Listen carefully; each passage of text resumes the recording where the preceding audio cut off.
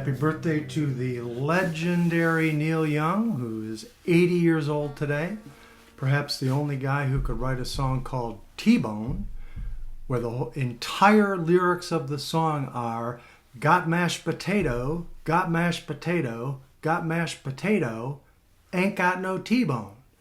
Well, he says that twice, actually, in his defense.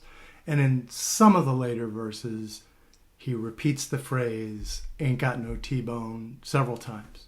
That's a song from his 1981 album called Reactor, when he was maybe just a little bit more experimental than he had been during a good part of his early career. I've been a Neil Young fan forever. He is one of the few people who could be a hippie, a punk, a new wave guy, kind of a nerd, an activist, an environmentalist, and still be incredibly cool throughout the whole thing. But he's Canadian, and I think that may have something to do with it. I also think we could all probably take a lesson from Neil because he seems to have figured out a lot of things in the course of his life. As I said, I've been a Neil Young fan forever, and his music seemed to be on all the time, either his solo music or his music with Crosby, Stills, Nash, and Young, him being the Young.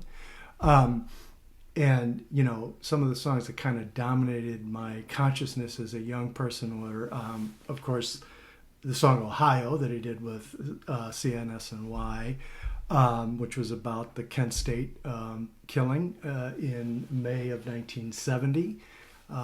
Somehow still very relevant today. 10 Soldiers and Nixon's Coming, we're finally on our own. And the other one that really jumps out at me, although I can name dozens of his songs, but the other one that jumps out at me was After the Gold Rush, which maybe was the first sort of apocalyptic song I remember hearing. I mean, you don't turn on the radio and hear a lot of songs about the end of the world and, the chosen ones getting on the spaceship, flying Mother Nature's silver ship to a new home in the sun or something like that. Anyway, so that makes an impression on a young person. But Neil is great. He is a very, very eclectic artist, needless to say. When he did the Rust Never Sleeps tour back in the 80s, or late 70s, I guess, he had little Star Wars characters running around on stage and stuff like that. Yeah, he's done a lot of wild stuff for a guy who was, kind of a straightforward 60s rocker back in the day. Fun thing about that song, T-Bone, is when I was fooling around with it, I had to go back and listen to it because the strumming pattern is very, very similar to Rockin' in the Free World.